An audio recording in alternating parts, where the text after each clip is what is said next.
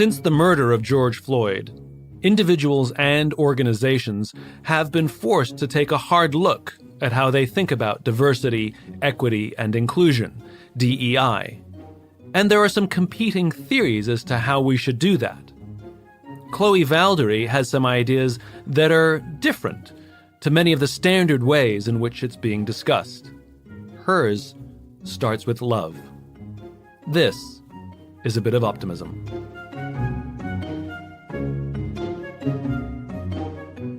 Chloe, thanks so much for joining me. I do appreciate it. Sure. I want to have an honest conversation with you. Since the murder of George Floyd, the significance of DEI in our workplace has become amplified, and for good reason. Mm-hmm. And a lot of organizations are forced, and a lot of, not just organizations, I think a lot of us are forced to take a look at ourselves and our communities and our companies and how we organize them and lead them. Mm-hmm. And a lot of companies are seeking help from DEI practitioners to help them do better. I understand it's not a new industry, but it's a growing industry. And mm-hmm. I would argue still figuring itself out. For sure. And from the stories that I'm hearing, some of it isn't working as intended. It's either creating more division mm-hmm. or creating backlash, I've heard in some cases. I read about you in an article in The Atlantic. I read about your work. And you had a very different point of view about how DEI is currently, and dare I say traditionally, normally being trained. And mm-hmm. that's why I wanted to talk to you, because I was really inspired by your point of view. So I guess the first question is, how did you come to your point of view? Because your point of view is different than the norm. I suppose I should say what my point of view is. That's probably a good starting point, yes. In order to answer that question, I guess when it comes to specifically tackling the issue of racism and combating racism, and to be precise, by combating racism, I mean combating supremacist ways of thinking. My understanding is that supremacist ways of thinking are actually fundamentally informed by an inferiority complex within the human beings who hold those supremacist ways of thinking, whether that stems from a feeling of a lack of self-worth or a lack of belonging or a lack of a sense of meaning, which are all experiences that we can all fall into just by virtue of being human. But the way they can manifest when it comes to this topic negatively is in the supremacist way of thinking. And so, I have an anti-racism firm called Theory of Enchantment, and we do training, but our training is rooted in the idea that you have to actually give people a self-refinement practice in order to deal with all of the things that are part of the human condition that make you susceptible to that overcompensating impulse, whether that's fear of imperfection, whether that's dealing with vulnerability, dealing with mortality, dealing with baggage. All of these things, again, are natural to the human condition. So the idea behind that is if you can be equipped with a practice that will enable you to have a healthy and holistic relationship with yourself first, then you will be able to be open, be radically curious about difference, and translate that love and compassion that you have for the self to the other. How is DEI currently implemented or trained that makes your point of view different?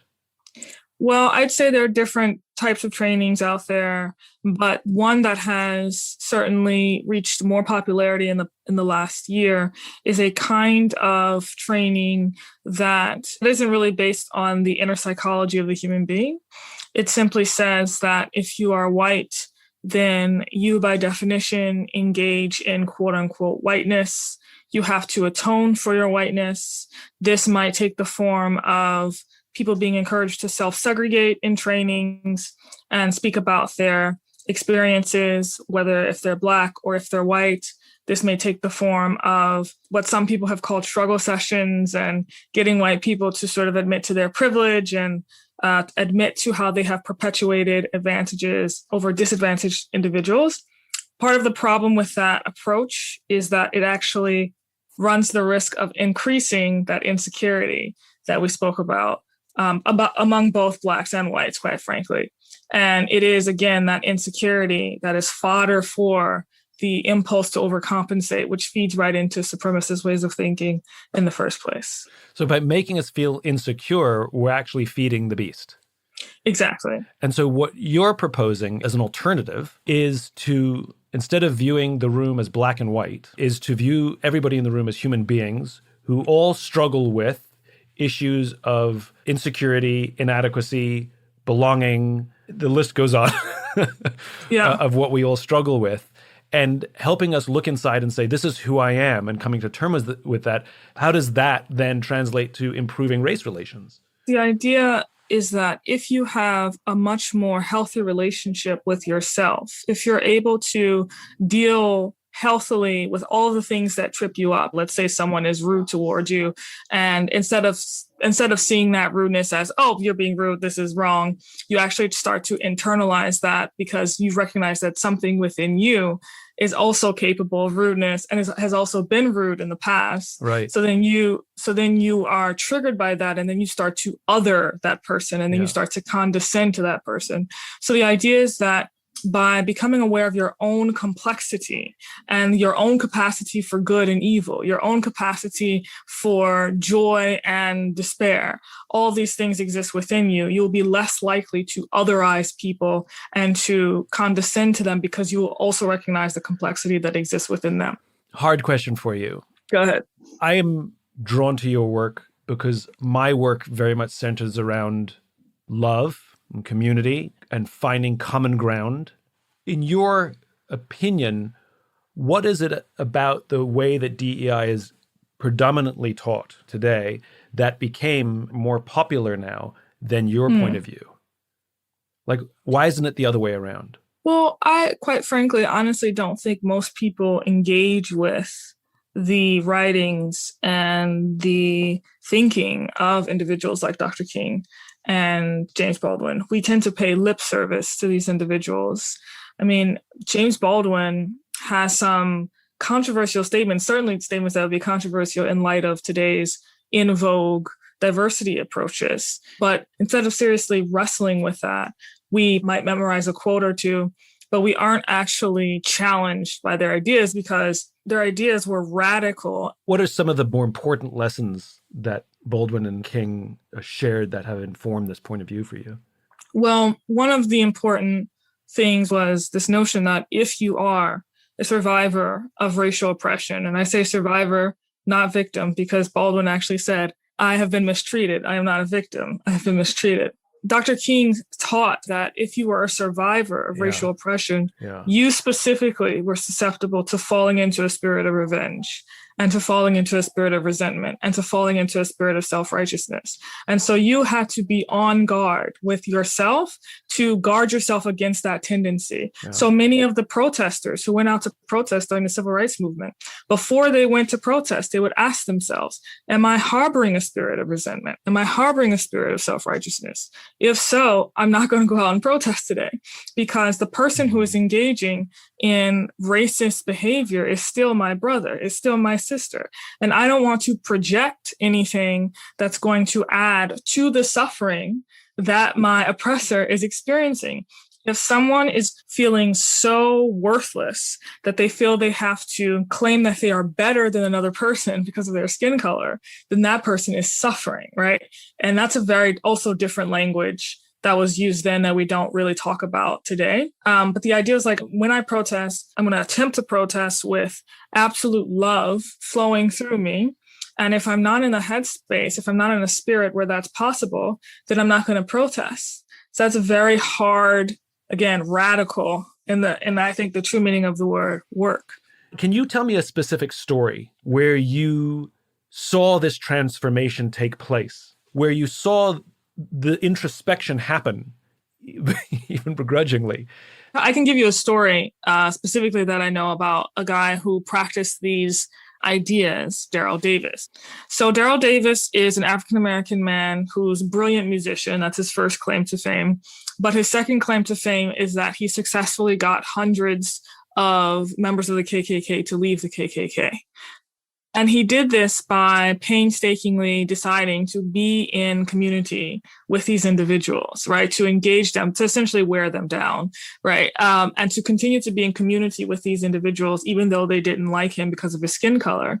And by doing that for long periods of time, this inevitably created an identity crisis on the part of these men, because their ideology told them one thing about Black people, but their experience showed them something else. And the outcome of that, of course, was over 200 members eventually ended up leaving the organization, the KKK. Now, in order for Daryl Davis to be able to do this, it required that Daryl Davis know himself and understand his own self-worth. He had such a, strong sense of worthiness that it didn't matter what they told him in the beginning. It didn't matter what they said to him. It just went through him, essentially. It didn't even affect him.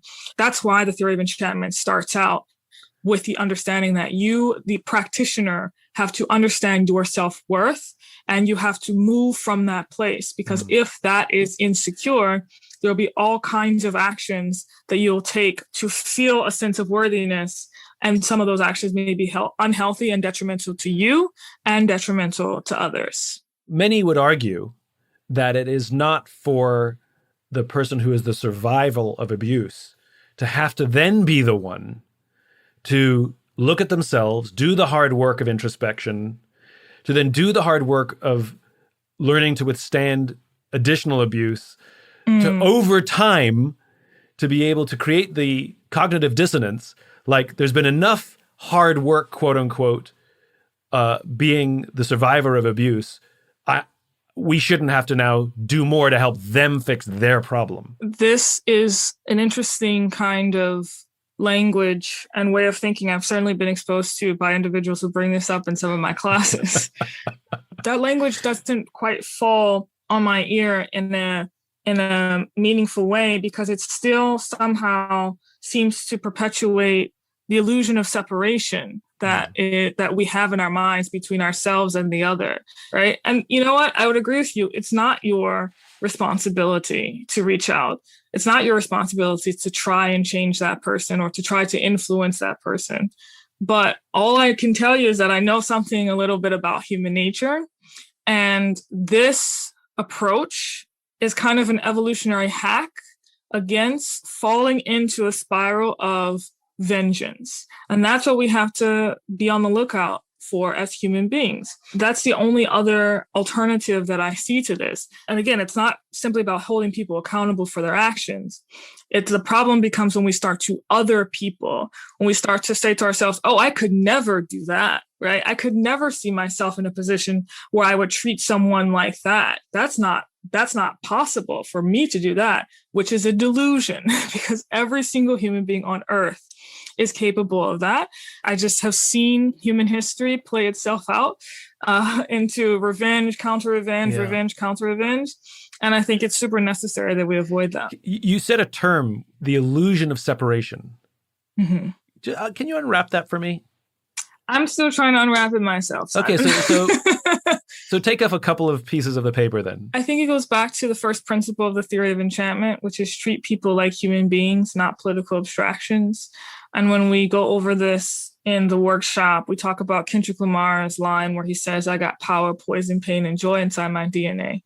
And we talk about how every single person has this complexity of emotions and psychology and neurobiology. Every single human being, this is what makes us human.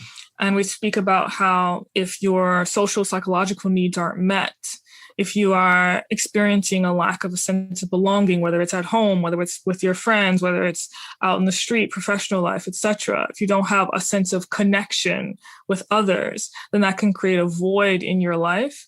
And that void can be filled with extremist ways of thinking, because extremist groups will come to you and exploit your insecurities and tell you, oh, you want something to belong to? We'll give you something to belong to. You want something to believe in? We'll give you something to believe in. There is no psychological difference between the way a gang recruits young men and the way white nationalist groups recruit young people or individuals in general. It's the same psychology. Yeah. So when I say this illusion of separation, what I'm really trying to get to is the fact that this potential exists within every single one of us. And we need to be able to stop and recognize that. And this is a part, by the way, of ultimately recognizing the awesomeness, the vastness of what it means to be human, which means containing the potential to do both good and bad. And there's a kind of arrogance in assuming that because you look a certain way, right? Or because you are a certain gender or whatever, that you're incapable somehow of falling into these cycles. You're not, because you're human. So you're very capable. Yeah. And so to be able to say to your brother, your sister, your behavior is wrong, right? But I'm separating you from your behavior, because I know that I too, if I were to find myself in a certain context, in a certain situation, could fall into that same thought pattern that produced that behavior. So that's what I'm getting at when I talk about the illusion of separation. Do you want to know why I think your work will not be the norm? Oh God, silent. Please tell me why. Trust me. I want it to be. I'm a fan of your point of view. And you're sharing a perspective with me that I love. But I think the reason your work will not become the standard, replacing what the standard is now, is because your work is difficult. And it's the same reason why the vast majority of the population are not in shape. It's because working out and eating well is difficult. And the reason why a lot of people in America don't have savings is because saving is difficult and spending is much easier and fun, and eating chocolate cake is much easier and fun. And I'm not equating that the other work is more fun, but it's easier. Your work is forcing someone to face their own demons, look inside, take themselves on. And you rightfully said, this is hard work. You're starting people on a journey that has to last their entire life. I guess the question I'm left with is, how do we help the spread of the work become, even if it's imperfect, normalized? The theory of enchantment is heavily influenced by the arts and by pop culture. And I think that there is something, we talk about the problematic, challenging aspects of American society, but I also think that there's wisdom and hidden gems of wisdom in our artistic culture that we can sort of revivify or use to revivify these conversations. When I bring up Kendrick Lamar in the context of this kind of a training, when I bring up, Maya Angelou, when I bring up James Baldwin, these are individuals that are still looked up to, even if in an albeit superficial way, right? So if I can probe people to dig deeper, to look harder, I think we have a chance. That's all. There's obviously no guarantee. There's never a guarantee, but we have to give ourselves the chance. I hope that there's some people listening in right now who are running organizations, leading organizations, or leading a team, who want to do this work, who struggle to do this work. I know of a few who have gone down what you and I are calling the more accepted or standard path and had it blow up in their face, and now, once bitten, twice shy, don't know what next step to take, who are looking for some specific steps that they can take that may be different than the ones they've tried. Can you please share, whether it's, comes directly from the theory of enchantment or otherwise, something specific that we can and should do? I would say to practice shadow work. What is shadow work? So the shadow is a term popularized by the psychologist Carl Jung, who has a heavy influence on the work of the theory of enchantment. The idea is that the shadow is everything that you do not like about yourself, that you repress and that you project onto other people. So I'll take a simple case of basic racism. Someone's racist towards you. Someone says something to you or insults you because of your skin color. There's a difference between viewing that person and seeing what they've just done as unacceptable, harmful behavior, wrong behavior, right? There's a difference between saying you need to not do that, or you need to be held accountable for that if it becomes more than, an insult. There's a difference between that and having your ego be triggered by that, right? When your ego is triggered, that means that you have begun to otherize that person, and you have begun to basically see yourself as better than that person, as above that person, and then you become affected by superiority complex, and then you start to look down. So the way you do shadow work is you basically practice identifying people that you don't like, identify the behavior that they engage in that you don't like, and then you identify that behavior within you. Oh. And that's shadow work. All right. And you practice it. All right. I'm doing it in my head right now. Thinking of someone I don't like, the behavior that I don't like. So this is about criticizing the behavior, not the person. This is being able to separate the behavior from the person. So instead of saying, I don't like that person, I'm trying to identify the behavior that I don't like. I'm depersonalizing it. And then that way I can see that behavior in myself and then say, okay, I'm reacting to myself in reacting to them. That's the basis of shadow work? Exactly. And if you do that over time, and I've practiced this, you find that you are less triggered. Your ego is less triggered by someone who is doing something that you don't like, where you can just, speak to them in a way that is reflective of the second principle of the theory of enchantment, which is criticize to uplift and empower, never to tear down or destroy. Criticize to uplift and empower, never to tear down and destroy. Give me a specific example. I have to tell you the truth. I'm super, in the past, I'm less triggered by it now. But in the past, I have been triggered by people who are in my workshops who say things that are definitely emblematic of that popular way of training. Go on, please, be specific. So they will say things like, I just want to acknowledge that most of us in this room are white. Again, still perpetuating the illusion of separation between, they still can't see that the people in the room are sort of part of the beloved community that Dr. King spoke about. They can't see the people in the room as essentially family members. They're still being fixated on skin color. So I've had those experiences. And how did it trigger you? I felt it physically. Like, okay. I know when I'm triggered because I feel it physically in like my gut. Anger. Like, this person is annoying. This person is like, what previous training did this person take? Like, this person is just spewing nonsense or things that they heard online, or just like reciting propositions, whatever. And then I began to like other that person, right? I began to see that person in my mind as less than, right? I remember I stopped myself and I was like, wait a minute, Chloe, you have totally said things in the past that were off-putting. So you have also engaged in this kind of behavior. So why are you acting like this is like a foreign thing? This is like a non-human thing. You have engaged in this behavior. This behavior is very human. She's still your sister. So you might think she's wrong.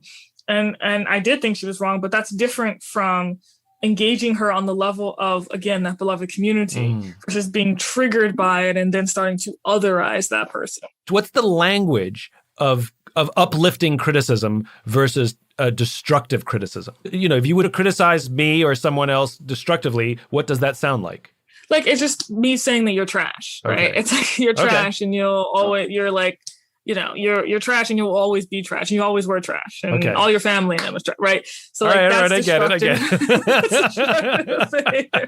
I didn't want to go into it, but yeah, that's destructive criticism. And what's uplifting criticism? What does that sound like? Uplifting criticism sounds like, listen, what you did was wrong, but I'm telling you this because I care about you, because I know that you're capable of so much more. You have so much potential.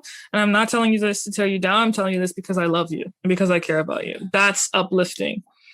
How does one respond to that if it comes across as condescending? So the way it doesn't come across as condescending is you acknowledge the times that you've acted like that. Okay.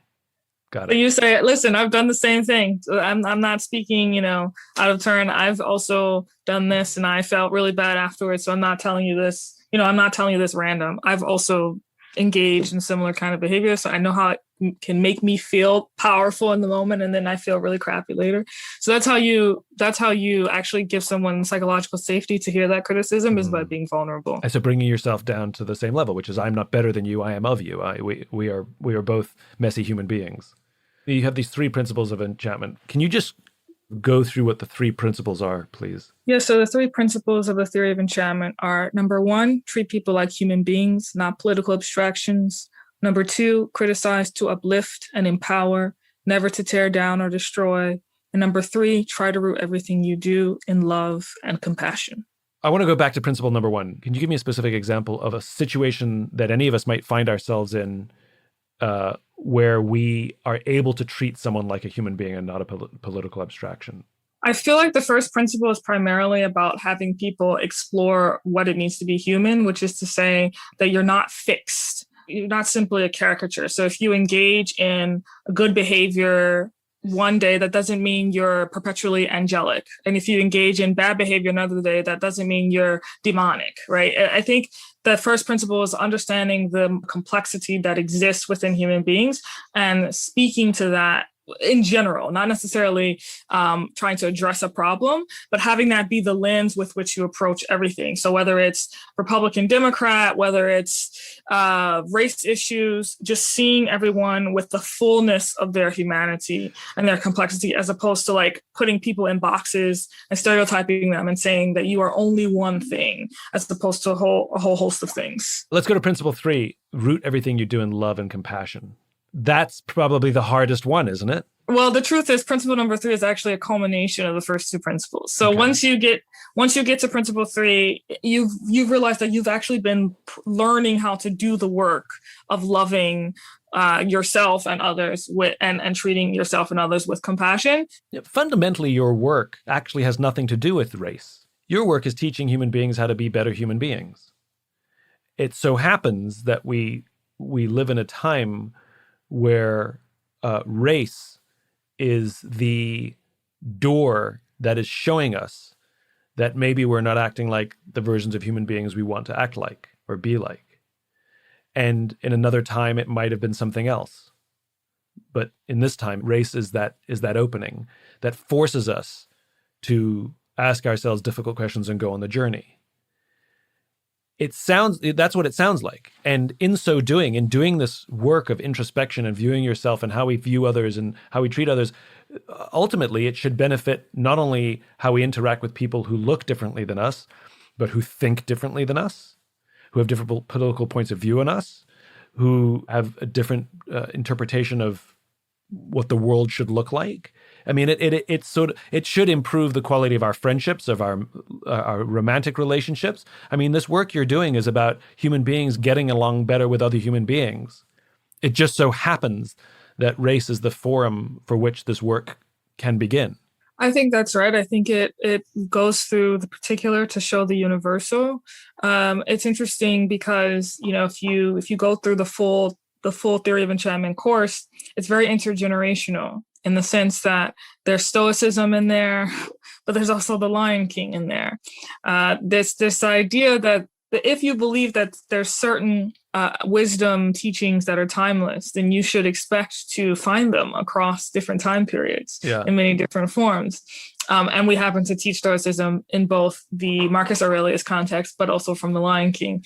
I basically designed Theory of Enchantment to be able to speak across time and to speak across history. And ultimately, I hope that it will grow in such a way that it can also speak across cultures and speak across different regions, because that would be actually really cool, because what that would mean is that we've unearthed something that is fundamental to the human experience that can be found across time, culture, and history. And that's a pretty cool thing to discover ultimately. I mean, as I'm listening to you, I'm thinking Israel-Palestine.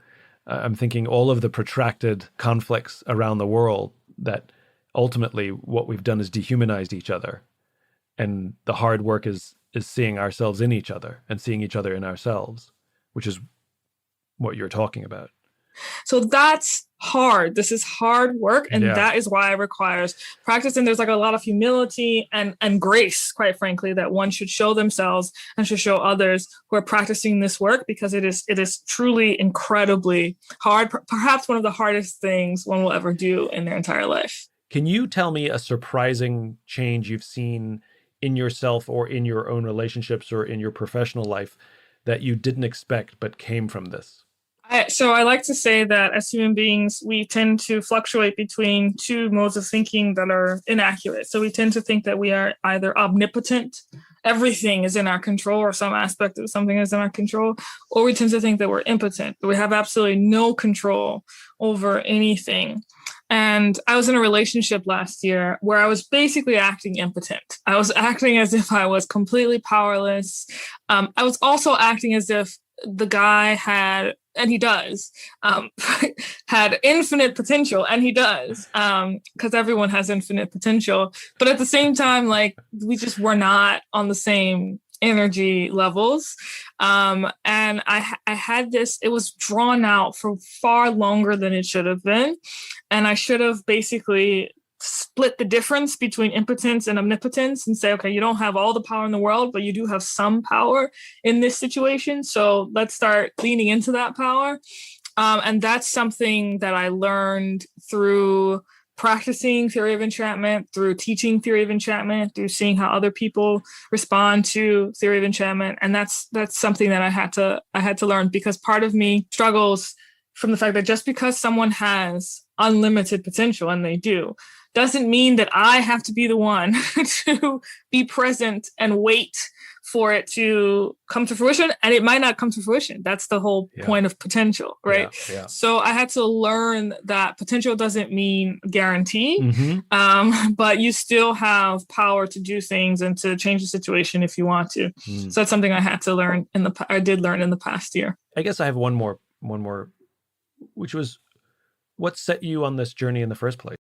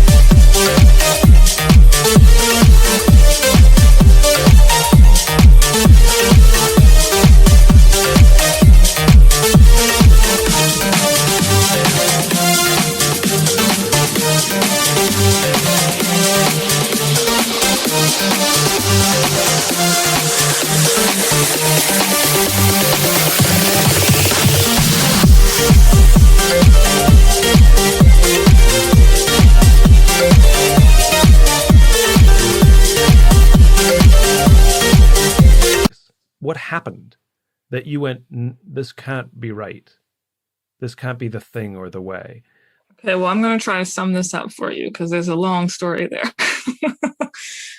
So basically, I grew up in New Orleans, and I grew up in a very atypical Christian family. Atypical in the sense that we did not observe mainstream Christian holidays. So we didn't celebrate Christmas or Easter or any of those things.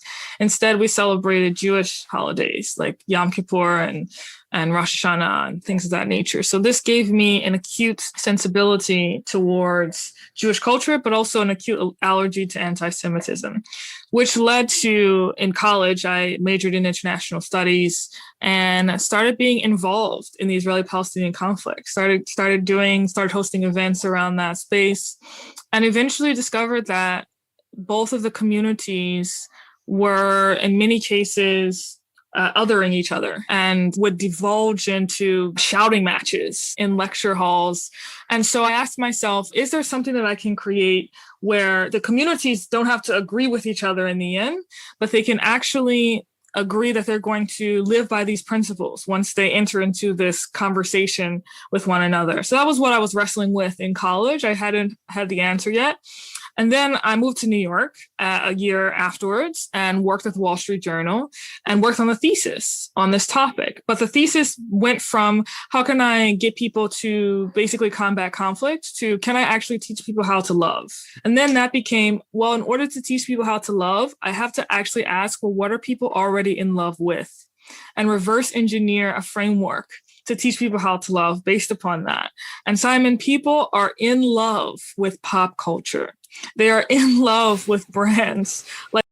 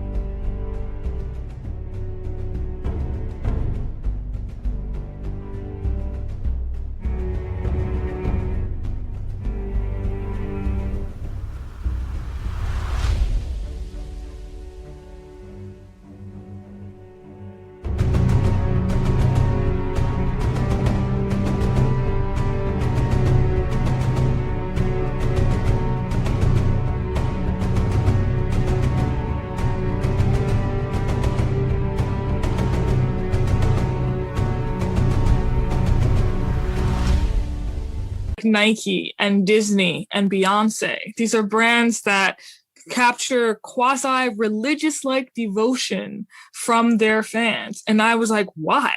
What is the common denominator between all of these brands?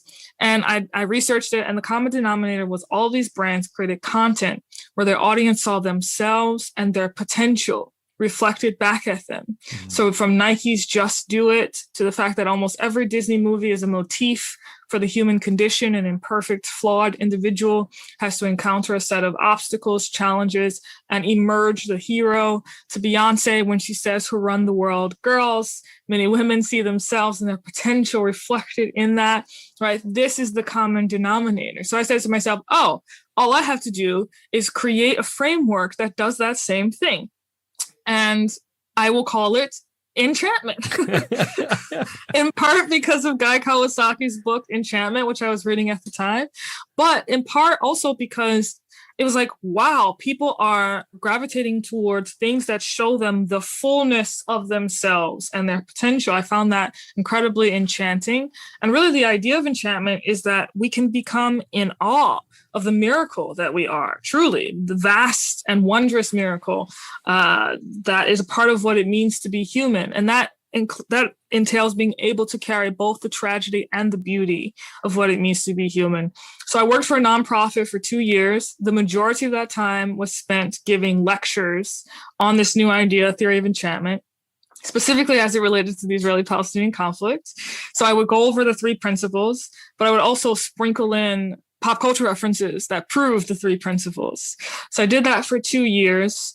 And then I got enough people being like, this doesn't just apply to geopolitics. It applies to interpersonal strife. It applies to social emotional learning in high schools.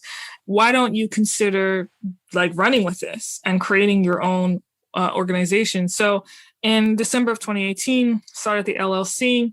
2019, worked to transform that 45-minute lecture into a full training. Business was slow, not going to lie. Business was very slow in 2019, but I enjoyed the process of creating that course. Got a few engagements speaking at high schools primarily.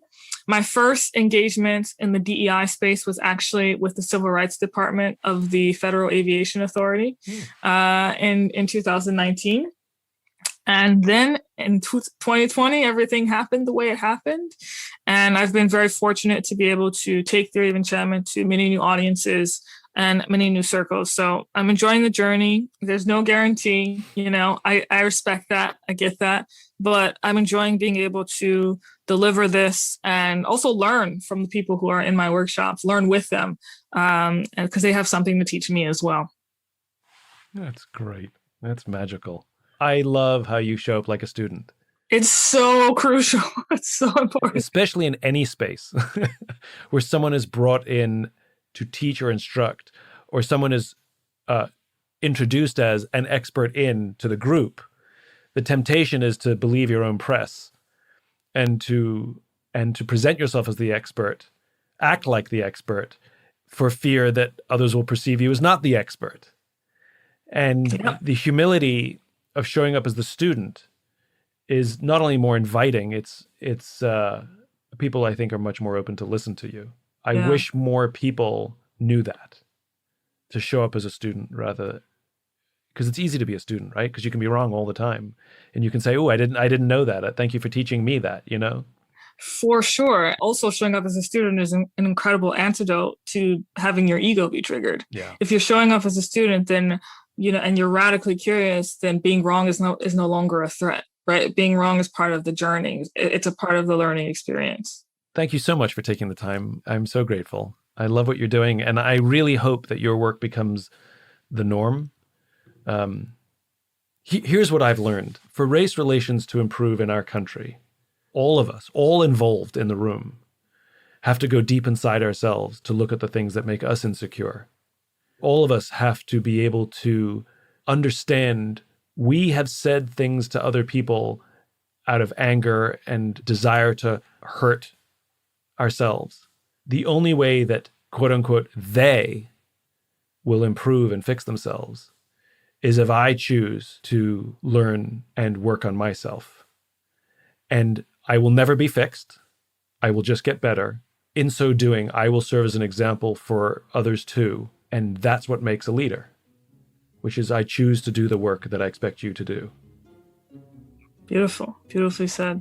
I really want your work to become the standard in a high school, in a college, in a company, in a family, because I think it's essential. I know it's essential. Thank you, Simon.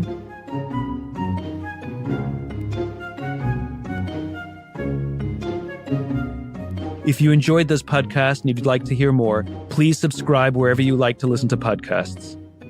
Until then, take care of yourself, take care of each other.